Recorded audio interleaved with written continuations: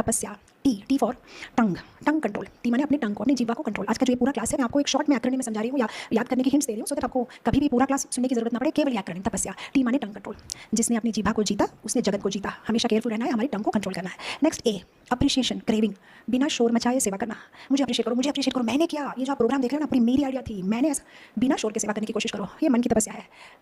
किसी को पता नहीं है इसके पीछे आपका हाथ है, फिर भी अगर आप उसको, उस क्रेविंग को कंट्रोल कर पा रहे हो, कहीं ना कहीं आपके मुंह से तो निकल जाएगा, तालियां पड़ रही है, लेकिन किसी को पता है कि नहीं कि पूरा आइडिया मेरी है। क्या आप ऑडियंस में बैठ के चुपचाप रह पाओगे अगर किसी और को प्रशंसा मिल रही है कि नहीं? तब पता चलेगा कि आपकी मन की तपस्या कौन से लेवल पे है। So T for tongue control, A for appreciation, craving, P for pride, आपका जो अहंकार है उसे सप्रेस करना।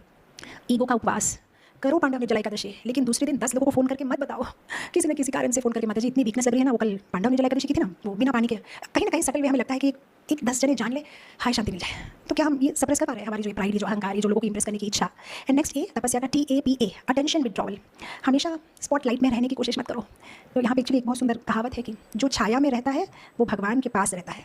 जो छाया में रहता है, बिहाइंड द कर्टन, शैडोज में, वो भगवान के और करीब जाता है। जो स्पॉटलाइट में रहता है वो स्पॉटलाइट में रहता है, लेकिन जो पर्दे के पीछे रहता है वो भगवान से करीब होता है। TAPAS, एस माने सेंस रेगुलेशन, अपनी इंद्रियों को। सी असली आज़ादी इंद्रियों की नौकरी छोड़ने में है। अगर हम इंद्रियों के नौकर बन के रहते हैं तो कहाँ आज़ादी? ब्रिटिशर्स हमें आज़ादी दे गए, लेकिन अगर हम अभी भी हमारी इंद्रियों के नौकर है, फिर आज़ादी है ही नहीं हमारी। तो असली आज़ादी इंद्रियों की नौकर बनने में नहीं है। नेक्स्ट टाइम जब आपकी इंद्रिया कहती है चलो मुझे खाना है, तो हम कहेंगे मैं तुम्हारा नौकर नहीं हूँ, अगर मुझे खाना है तो मैं खाऊंगा, तुम कौन हो मुझे खींचने के लिए इस दिशा में उस दिशा में? तो इंद्रियों की नौकरी छोड़ना, ये एक तपस्या है, सेंस रेगुलेशन।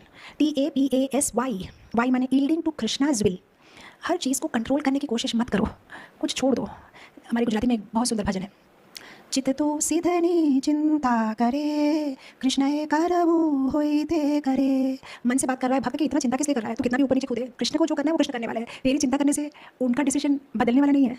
जब गांधी जी को पूछा गया कि आप इतनी प्रार्थना क्यों कर रहे हो, क्या आपकी प्रार्थना करने से भगवान उनका डिसीजन चेंज करेंगे? गांधी जी ने कहा नहीं, मैं अपना डिसीजन चेंज करूंगा। मैं प्रार्थना इसलिए करता हूँ कि मैं प्यूरीफाई हो जाऊँ और भगवान के हर डिसीजन को मानने के लिए मुझ में शक्ति आए। मैं भगवान को मनाने के लिए प्रार्थना नहीं कर रहा हूँ कि मेरी इच्छा पूरी करो, मैं अपने आप को प्यूरीफाई, पवित्र करने की कोशिश कर रहा हूँ कि मैं भगवान की सारी इच्छा पूरी कर सकूँ। तो यील्डिंग टू कृष्णाज डिजायर, ये भी एक तपस्या है कि मेरी 10 इच्छा है, लेकिन ठाकुर जी की क्या इच्छा है वही मेरी इच्छा है। तो only desire that one should have is to fulfil Krishna's every desire. हर एक भक्त के हृदय में एक ही इच्छा होनी चाहिए कि मैं भगवान की इच्छा कैसे पूरी करूँ। TAPASYA, the last one is anger management, अपनी गुस्से को कंट्रोल करना। गुस्सा माने ही फायर, आग, और उस फायर को डाइजेस्ट करना भी एक तपस्या है। कितना भी गुस्सा रहा हो, कितना भी ये हो, उसको नियंत्रण में रखना, ये भी एक बहुत बड़ी तपस्या है। किसी चीज़ को सुन लेना, सह लेना और मौन रहना, ये बहुत बड़ी तपस्या है। कभी कभी कुछ लोग सोचते हैं मुझे गुस्सा है, मैंने बोल दिया, मैंने गुस्सा है, बस मैंने गुस्सा कर दिया।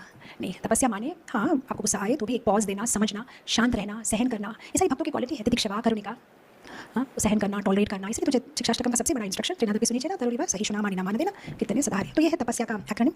तो एनीवे, इस क्लास के एंड में बस हम यही भगवान को प्रार्थना कर सकते हैं कि जब हम छोटे छोटे से आग्रह को त्याग कर सके तो हमारा जीवन एक अदृश्य यज्ञ बन जाएगा, और ये यज्ञ हमें भगवान को और करीब ले जाएगा और हमारे हृदय में भगवान को आमंत्रित करेगा।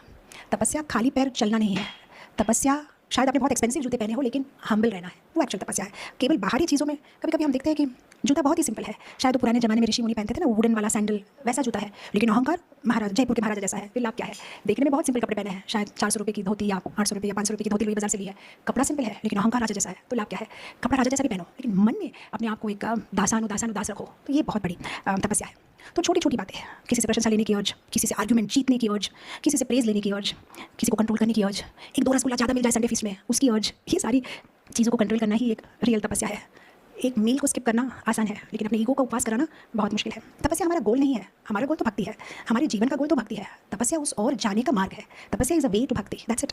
सो हमें जंगल में जाने की ज़रूरत नहीं है तपस्या करने के लिए, हमें केवल अंदर में जाने की ज़रूरत है, हमारे मन के अंदर में जाने की ज़रूरत है। ये रियल तपस्या है। कभी कभी कोई जंगल में भी जाकर तपस्या कर सकता है, लेकिन अगर मन अहंकार से भरा हुआ है तो कोई लाभ नहीं है। बेशक हम जंगल ना जाए, बेशक हम बहुत सुंदर पंजाबी बाग के कोई एक्सपेंसिव बंगलों में है, पर अगर हम अंदर जा सके और हमारी इंद्रियों को नियंत्रण कर सके, शरीर से, मन से, वाणी से तपस्या कर सके, तो ये हमारा सक्सेस है। ये